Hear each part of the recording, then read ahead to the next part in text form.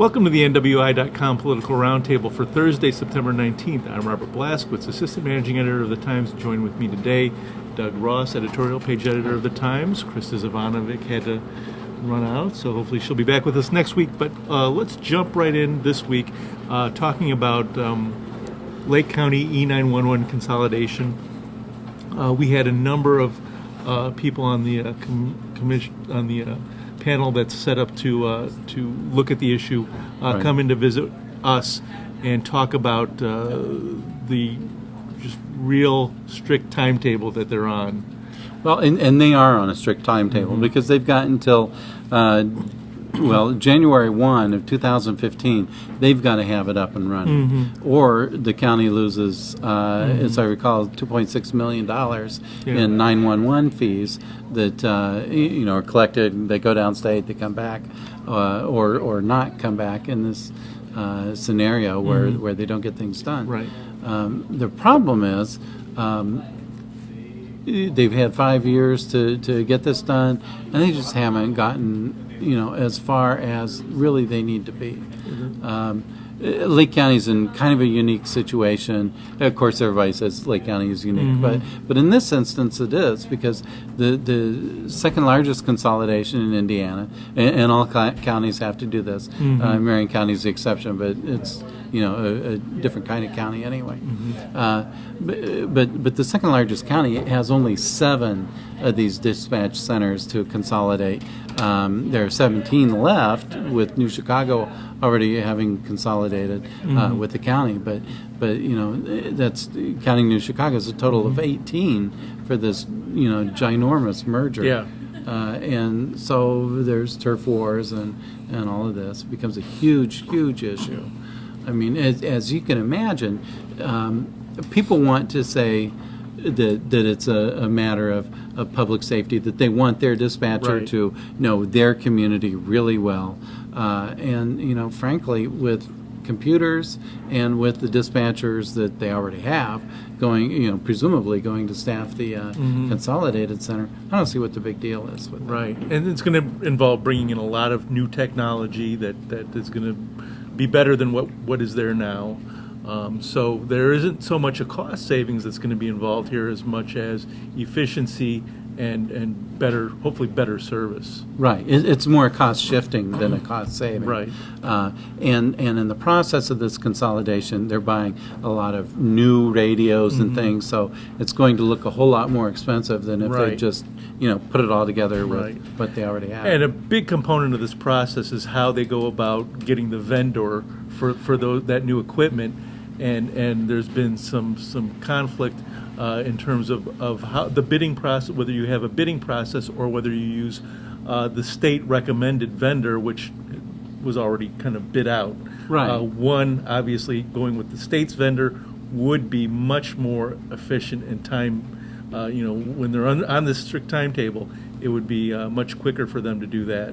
Right, and the county commissioners had considered this, and then he said, we don't want to be accused of another no-bid contract. The resistance was kind of the optics of that. Right. The people saying, well, you're just giving out a no-bid contract. But it the really state has already been. bid, yeah, exactly. It isn't, because the state already went through that process. So you're basically just piggybacking on the process that the state already conducted and saving all that time. And the state does this with not just the 911 equipment. They do it for police uniforms, police cars, paper, fuel, all kinds of different purchasing units. Yeah. Meanwhile, it's essential that they get buy-in from all the communities, that the communities sign on to the agreements, and they get that rolling as well, because that's another.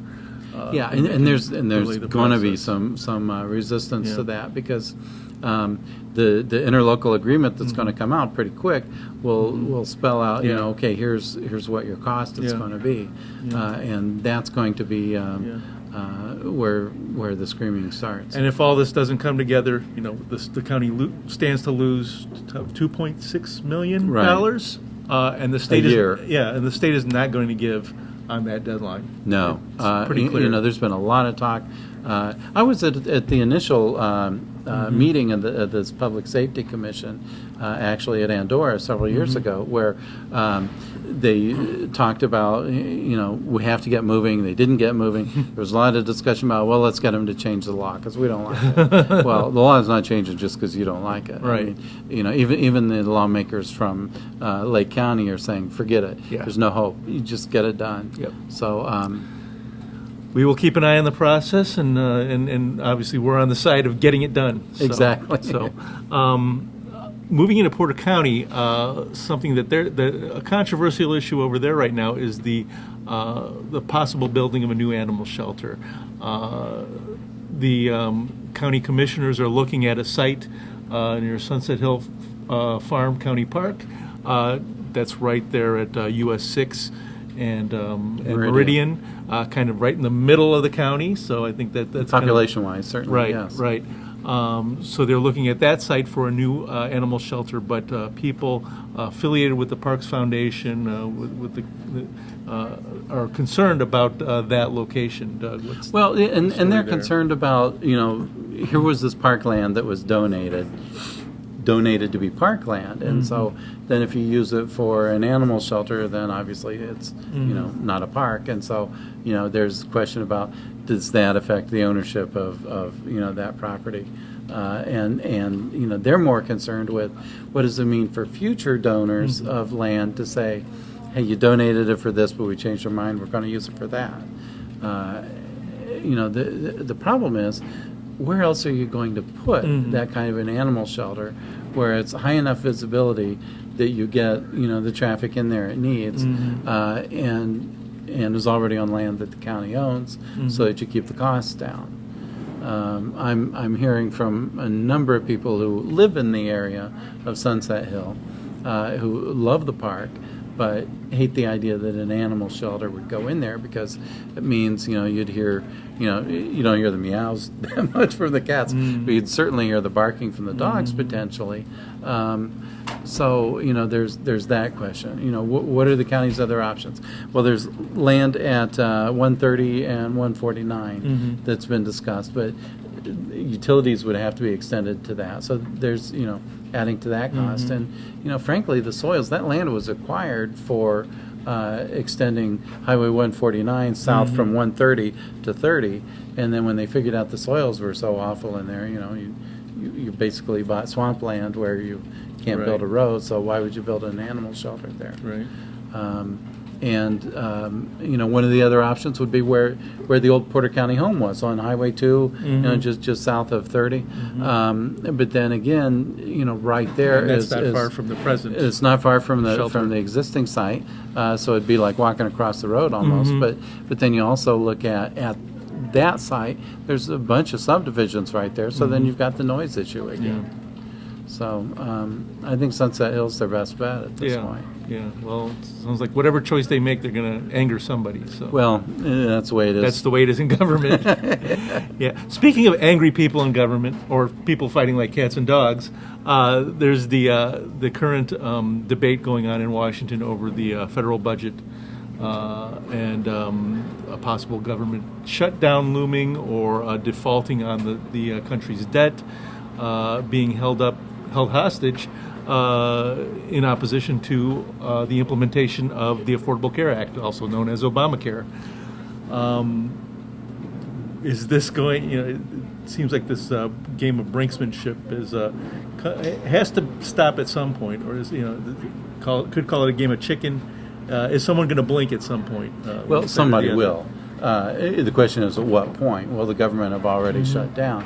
We saw different things going on. You'll remember, going back, years past, we saw government shutdowns happen, and at that time, what happened was, well, you don't open the national parks for business and museums things like closed, exactly, and things like that. So it was more of an amenities type of thing rather than essential services like sorry, you're stuck because the airplanes aren't flying. Social security checks would still go out, military would still get paid, right? But you'd have those extras that would be affected.